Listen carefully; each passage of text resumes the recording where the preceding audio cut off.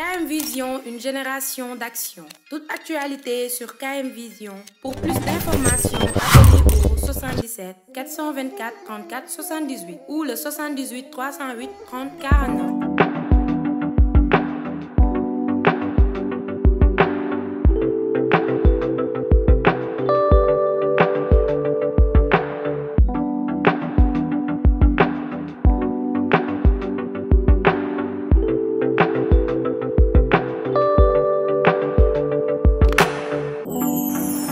yàlla dogal si jëflante boobu nga xam ne bëgg na ko def ak ñoom ñu xalaat ndax ñun ñëpp ginnaaw bu ñu fi jàngee ba pare dañu nekk ay parents d'élèves lii nii tey teew fi nekk jafe-jafe école bi comme ni mu nekkee jafe-jafe école yu bari à Kër Madiabel comme à l'extérieur de Kër Madiabel si ay relation si ay pexe boppam ànd ak famille ànd ak ses camarades socialistes ñu ñëw fi pour jëmal bés bi jëmal bésu doomu Kër Madiabel waaye élève u école 1 suñu dàqee lépp sax relation bi mu am ak kii nga xam ne teew na fi yor école bii nga xam ne depuis mu yor ko ba léegi ñun ñëpp remarqué nañ ne école bi amul tànki ginnaaw avancement rek la am muy monsieur Diouf ma leen di ñaan ngeen tàcc ko. Il est en train d'abattre un travail fastidieux liggéey boo xam ne ñun ñëpp rafetlu nañ ko gis nañ ko en collaboration avec l'équipe pédagogique ñii nga xam ne ay xarit rek laa fi am monsieur Diouf yàlla moo la mun a fay yal na la yàlla fay. tey l'école de Kër Madiabel 1 bii nii dafa bokk ci locomotive du département de Nioro en termes de résultats li ñuy def tey école yu bëri dañuy suux Kër Madiabel moo leen di xacci te école bii ci la bokk kon école bii kenn amul droit ci dëkk bi. kenn amul droit dans le département de Nioro di seetaan école bi muy am yenn souffrance yi ku nekk rek école bi amel nga bor école bi ka nga nekk Kër Madiabel jàngee fi wala nga ñàkk fi jàngee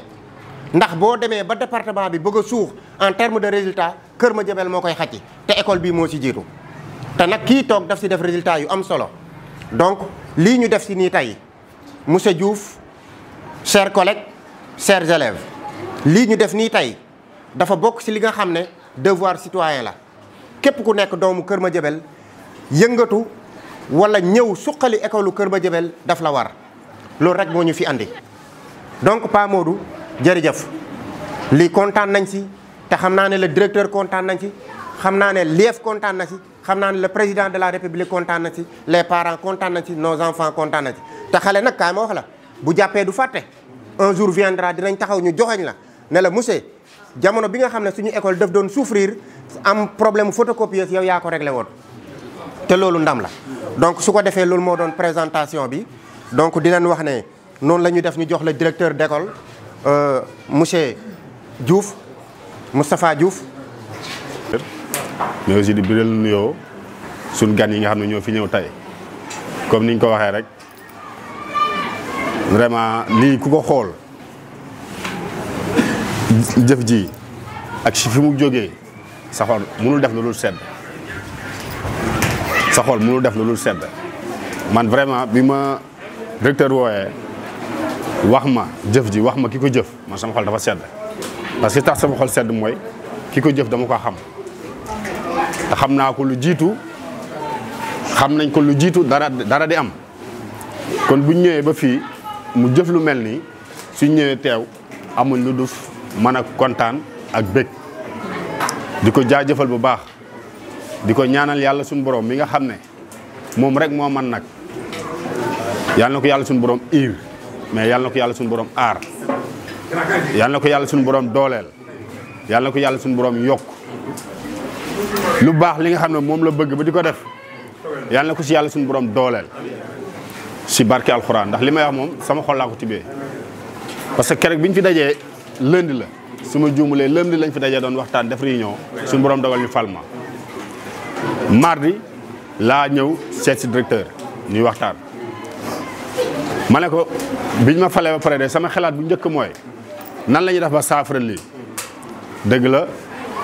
Getal joxe woon na fii solution bu gaaw boo xam ne si bu ñu ko commencé woon ma ne ko waaye jàpp naa ne lii war na mën a am solution te solution bi nag mën nañ ko uti si biti waaye rafetut ndax lii tey doon na doon gàcce ci man ki ko def kan la ñu ne Kaolack la dëkk wala Dakar wala Tamba mais xoolal mbégte gi mu def parce que ki ko def doomu Kër Madiabel la. parce que nag aussi il faut la nit ñi di bàyyi xel waa dëkk bi lii dañ see war a jël exemple. monsieur le directeur école bii ngay yore école bu mag la école boo xam ne jur na ku ne formé na ku ne wax nañ ko léegi seen waxtaan moo tax ma ne président nouvelle président bu bees bi am nga liggéey demal seeti kilifa yi lépp ngi def ko waaye kilifa dañ koy seeti waaye boo toogee rek naan kilifa yi dina ñëw du sotti waaye boo demee seeti kilifa yi ginnaaw yi fi nga dëkk boo demee dana baax. Kër Madiabel nag yow fi nga dëkk monsieur Diouf ki nga xam ne moo fi njëkk jàngale ki bëri ay turandoor la mooy ma Diop bëri na fi ay turandoor lool loolu moo ko may te yàlla may na ko chance mu formé koo xam ne jëkki na ba nekk directeur cabinet président de la République Sénégal nekk ministre mu seeti ko benn bés fekk mu def réunion ak ambassadeurs yi mu ne wal moom Moustapha Niasse dama ko soxla ñu ne ko mais Moustapha il a réunion avec les ministres avec les ambassadeurs mu ne wal ma ko waay damay moromam xam nga loolu tamit gis ci àdduna bi gars yi ne Moustapha Niasse am na ko lay woo tudd ma Diop moo doon jàngal Moustapha ne ambassadeurs yi damay bàyyi réunion bi uyu ko cette espèce lu doy waar la jàngal nañu bari keroog wan na ne jàngalekat dañ koy respecté Moustapha bàyyi réunion bi ambassadeurs yi ñoo wax ak moom mu ne ko Moustapha boo liggéey bu ma la soxlaa bàyyi sa réunion daan ko baal ma monsieur nii day fonk jàngalekat def fii ku ne génn na fi résultat bi am na fi Madi Traoré moo daan def 100% entrée en sixième fi lañ ci dëkk bi nit di ku baax Ibrahima Sall daan def 100% entrée en sixième dëkk bi fii xoolal chiffre yi boo demee xoolal kayit yi nga mi ngi fi nekk na fi di jàngale ba xëy doon gouverneur région Thiès Louga Saint-Louis d'abord dafa am CAP dem def concours ñu ne waaw kuy jàngalekat lu yoonam ci ay administration mu dem ENAM génn promotion bi moo ci rawoon ñun namee ko gouverneur jaaru ci préfet jaaru ci agent de développement lu doy war nga noonu parce que daf ñoo may cër man ama temps di yeewu wër bi damay noppalu mag laa gis sama baay bi boo ko am na problème tuuti waaye ba mu jógee laa jóg jikkoom moo tax waaye nag noonu la mën a mel communication bi ngeen wax ci moom daf ko doon ci baayam lu doy war nga noonu ki njëkk ki daan waxal Baye jotalil Baye Aliou Diagne moo ne Baye moo ne talibé yéen yéen a ñaan yéen da ngeen naan Baye mu ne nangam Baye ci man la ko jaarale may lant nooram li Baye wax ma ko mos a wax ki Baye gën a bëgg ci àdduna mooy Serigne Mbaye Niass moom la Baye gën a gëm ñoo bokk Baye moo njëkk ànd ak Baye moo njëkk a liggéeyal Baye lu mu mos a wax Baye ma ko wax mooy l'extraordinaire bon li mu nekk nii tey moom day xaar maam xaar dañ ko donn dañ ko donn te nekk nit ñu baax nag nekk nu ñu yiw yaakaar naa ne daal bu lii mu def nii su ko continuer te dana continuer dana ko def de yaayam baax nañ ñoo ko seede baayam baax na ay bokkam baax nañ ay àndooram baax nañ moom baax na lu bëgg dana ko am bu sobalante bi dañ ko ñaanal dañ daan ko Serigne Mbaye Thiam bi yëg na ko dañ ko yëgal kii ñu wax léegi nag xam Serigne Mbaye Thiam la mu Serigne Mbaye Thiam bokk ndey ak baay muy lu doy waar moom itam heure bii am na leen lu muy wuti lu may réunion waaye kii jaral na ko ñu ngi ko sant ci famille Serigne Mbaye Thiam bi yëpp la famille Thiam ñu ngi koy gërëm di ko sant ñeen ñëpp bëgg na ñëw ku bokk Serigne Mbaye Thiam tey rek kontaan nga monsieur le directeur dégg naa ñu ne ku baax nga miin ma la bu baax waaye sama gars ñi baax ñii ñoo ne ma ku baax nga continuer ba bokk jàngalekat yi gën a kawe Kër Madiabel directeur bi école bii boo fi yàggee dina xam ne ku la baaxal 17 ans koo def fenn ku baax nga moo xaal yoon dëgg ne ko mi ngi noonu mu aw ci yoonu njub moom itamit lu dee ci rëbb rek yàlla ak naat la suma rakk la ñu bokk ndey ak baay muy suma caatu yaay dama ne woon ko sax du ma ñëw waaye xale bu baax la nit ki bu ñu ne diw baax na ñu nga bokk yaa ko wax mënuma sax sori ci Modou ndax jàmbaar la lépp loo xam ne ñi mu am ci doom mag yu jigéen bari na tubaarkàlla waaye kenn ku ci nekk bu weer dee dana am nu mu def ak yow boo amee soxla woo ko mu néew mu bari dana ko def xam naa amul lu ne gàññ waaye lim am mu ngi koy bokk ak ay doomi ndeyam di ko bokk ak ay bokkam te yëpp nag li may wax rek comme li may wax léegi Baram Sel dafa laal suma baay léegi maam Serigne Mbaye ba ko suma baay di jotali ba mu yàgg daf ne ko Aliou Guèye mu ne ko kaay mu ne ko dama lay dékk nag jumaa ji ngay nodd nag suma baay ree mu def ko tak tisbaar def ko takkusaan def ko timis def ko gee salaatu xayri mina nawmi ndekete maam Serigne Mbaye mi ngi koy compté ba muy ñeent fukki guddi mu woo ko ba mu ñëw ne ko Aliou Guèye mu ne ko naam mu ne ko bàyyi ñëpp ànd ak yow da nga ko wutal lay mbaam ruus mu ne ko bàyyi Serigne Mbaye lii ngay indi dafa bëri mu ne ko ki bay ñëpp ànd ak yow laa lay wax yaa ngi may dégg mu ne ko wutal ko lay mbaam ruus waaye ki la féetoon fenn bu mu la yàqal kenn billaahi mu teg ñu ci yoon woo xam ne tubaarkàlla ba tey rek ñu sant ko gërëm ko bu baax moom suma baay wax dëgg yàlla borom lislaam la woon comme li Baram si la wax loo amul seede neexul wax ñu ngi ko gërëm ci loolu di ci sant di gërëm sama nijaay Babacar gannaaw yàlla moom lañ am fii ci kilifa moom lañ dese fu Pa Modou jógee mu ne ko bu ma ko yëgee ñëw su ko Pa léegi dañoo jaar kër ga mu ne leen maa ngi ñëw te bu ko neexoon na ngelaw na dafay toog di gërëm nag ñi muy àndal xale yi muy àndal tubaarkàlla Serigne Mbaye Thiam gàcce ngalaam ñi bàyyi ñëpp ànd ak moom de wutoon na leen lay moo yoon ni ma wax léegi wax dëgg yàlla kenn ku ci nekk dox na la sa gëdd li ci des nag ñoo ko mën a motali ci mbaax gune gu am day am yar am teggin am njëriñ ku ñàkk njëriñ kenn du la bëgg ñàkk njëriñ baaxul kenn du ko def ñu bëgg la yow mi bokk ak moom sax da ngay ñàkk pexe kese waaye njëriñ lu baax ci nit la ñu gërëmee nit te lii dafa am solo ndax fii comme ni ko Baram si la waxee cadre yi fi génn bari na. parce que ki def cër ji di Pa Modou Gueye man moom yàlla dafa maa booleeg moom te waa ko xam na li may wax maanaam cër bi may nit ñi da ko yaatal mais li mu def Pa Modou seppil nga ñu dëgg bu rëy a rëy dañ ko yàggoon jooy wallaahi bu ma dajoon ak directeur yi damay am kersa parce que dama xam coono bi ñu doon dund te nekkutoon yoon ñoom ñuy daj coono boobu suñuy doom keroog ba nga ma yëgalee ne li ñu teree nelaw yooyu yaa ngi si tànk yooyu te incha allah da nga ko def gis nga message bi ma la yónnee te sama xol laa ko tibbee man lu ma gëm du ma ko wax donc li nga def dafa am solo te ñëpp nga ko defal lii defal nga fi ñi fi nekk yaa ngi koy defal ñi fi war a ñëw ak ñi siy jëriñu ba mën see defal ñeneen kon def nga lii du jëf lu ndaw manu nga dajeeg ndig may ko 500 000 toi mais lii da nga ko defal ñëpp képp ku war a jàng ñeneen dinañ ñëw fii photocopie pour ñeneen am si xam-xam nekk leneen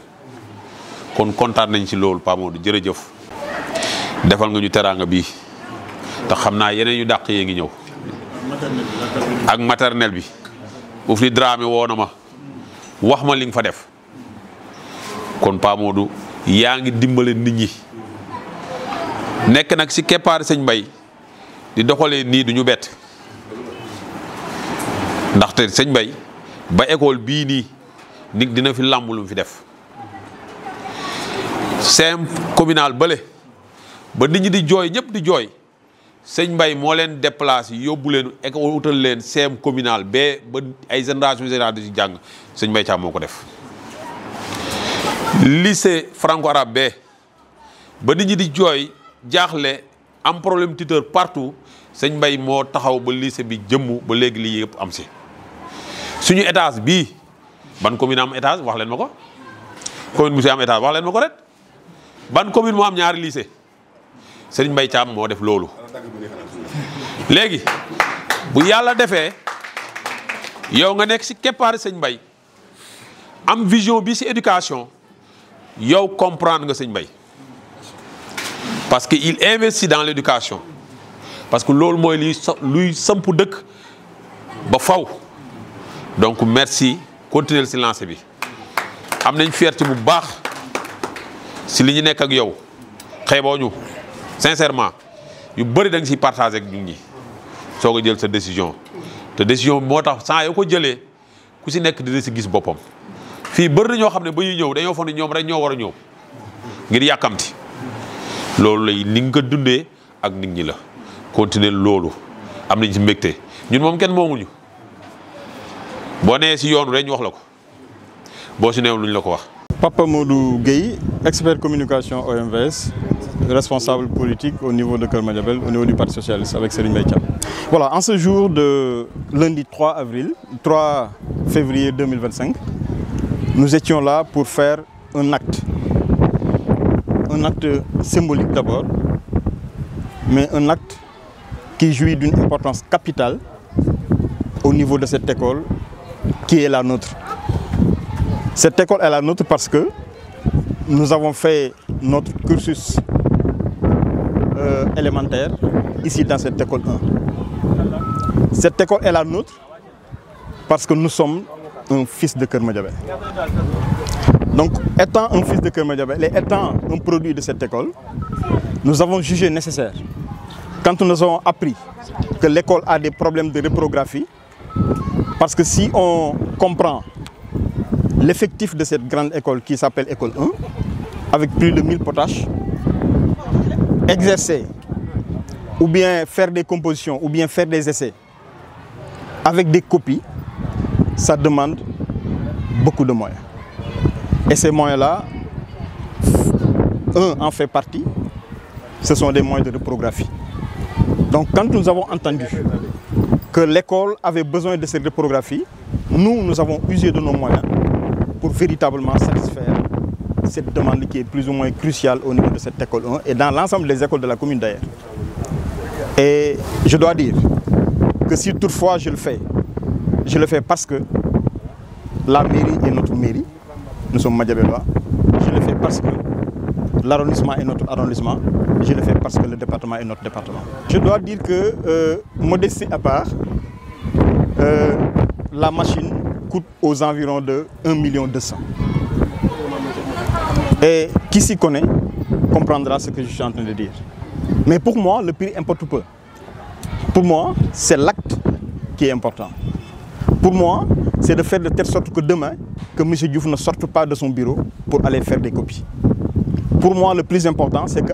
M. Diallo, dans sa classe, peut, avec son téléphone portable, lancer une copie et la machine tire pour Makhtar Diallo. Pour moi, le plus important, c'est que M. Mbaou, dans sa classe, avec son smartphone, peut lancer une copie et la machine va donner le nombre de copies que ce monsieur-là voudra pour sa composition ou bien pour ses essais. Je dois dire aussi que la machine est capable de tirer plus de 17 000 copies dans l'heure, ce qui veut dire encore une fois que moi, le plus important, ce n'est pas le prix. Le plus important, ce sont les élèves. Le plus important, c'est l'avenir de ces élèves-là. Bah oui, bien sûr, je compte pérenniser ça. Je compte le faire dans d'autres écoles. Et Inch'Allah, avec l'accompagnement du ministre Serigne Mbaye Thiam, avec l'accompagnement du Parti Socialiste, avec l'accompagnement de ma famille, je compte aller dans une autre école pour le faire. Ça, je le fais parce que, pour moi, l'avenir de ce pays-là appartient à ces enfants-là. Je le fais parce que je sais que Serigne Mbaye Thiam sera content là où il est. Je le fais parce que moi, ma mère, mon père,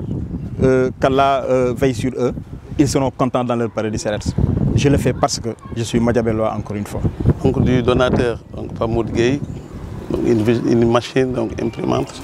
qui a été toujours donc, notre doléance depuis 3 ans. L'école ne dispose de plus de machines, donc toutes les activités que nous faisions donc, en termes de reprographie, d'impression, nous le faisions effectivement avec des moyens du bord et parfois même on payait donc, pour la reprographie. Bon, quand nous avons ces machines, donc nous ne faisons que donc, nous en réjouir, mais également les féliciter. Les féliciter pour doublement. Les féliciter parce qu'il a été élève, comme il l'a dit. Donc, un élève reconnaissant qui fait un retour, n'est-ce pas, à l'école. Et nous avons besoin également de ces gens d'élèves qui pensent à revenir là où ils ont été formés, là où ils ont eu donc, à faire leur humanité. Donc s'ils pensent à revenir à cette école-là pour donner cette machine, je dis que merci. Et au nom de l'équipe pédagogique, au nom donc, de tous les parents d'élèves, nous lui disons merci Pamoudou. Merci, merci encore. Nous en avions besoin. Il n'y a pas le seul, il y a les autres. Il y a également beaucoup de bonne volonté. Peut-être qu'ils essayent de faire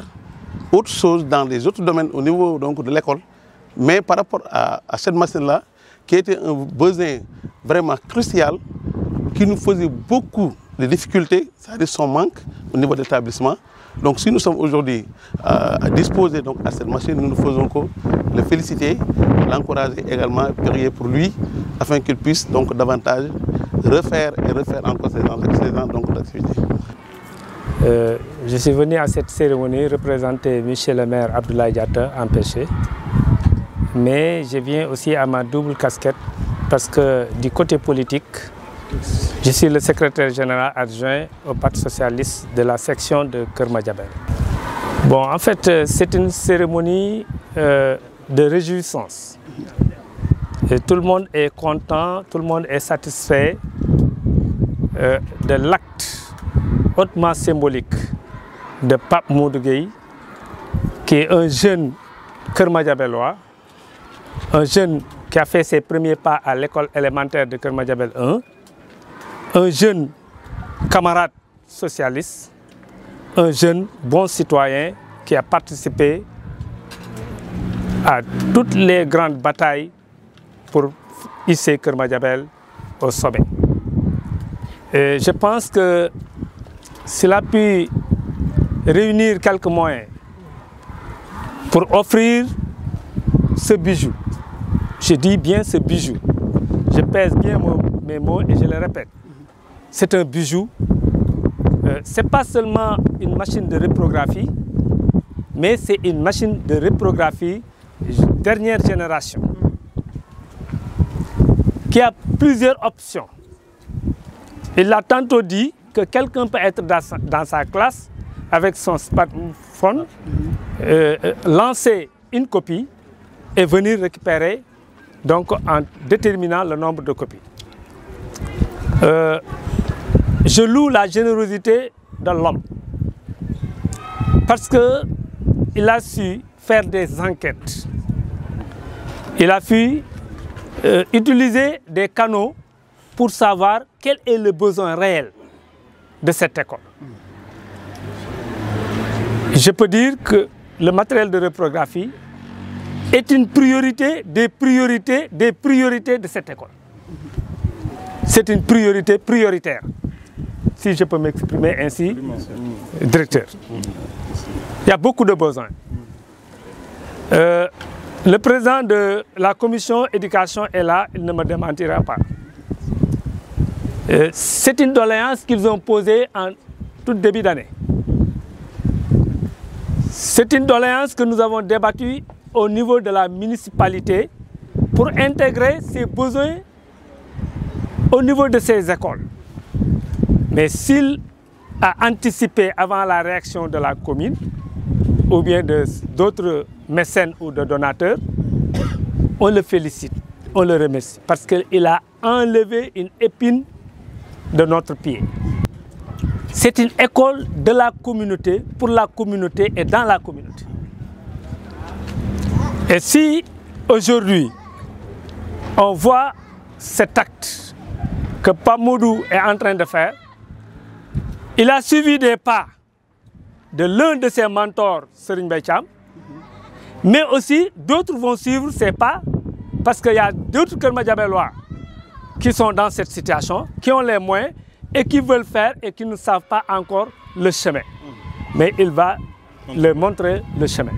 Donc, Pape Modou, merci encore. Merci.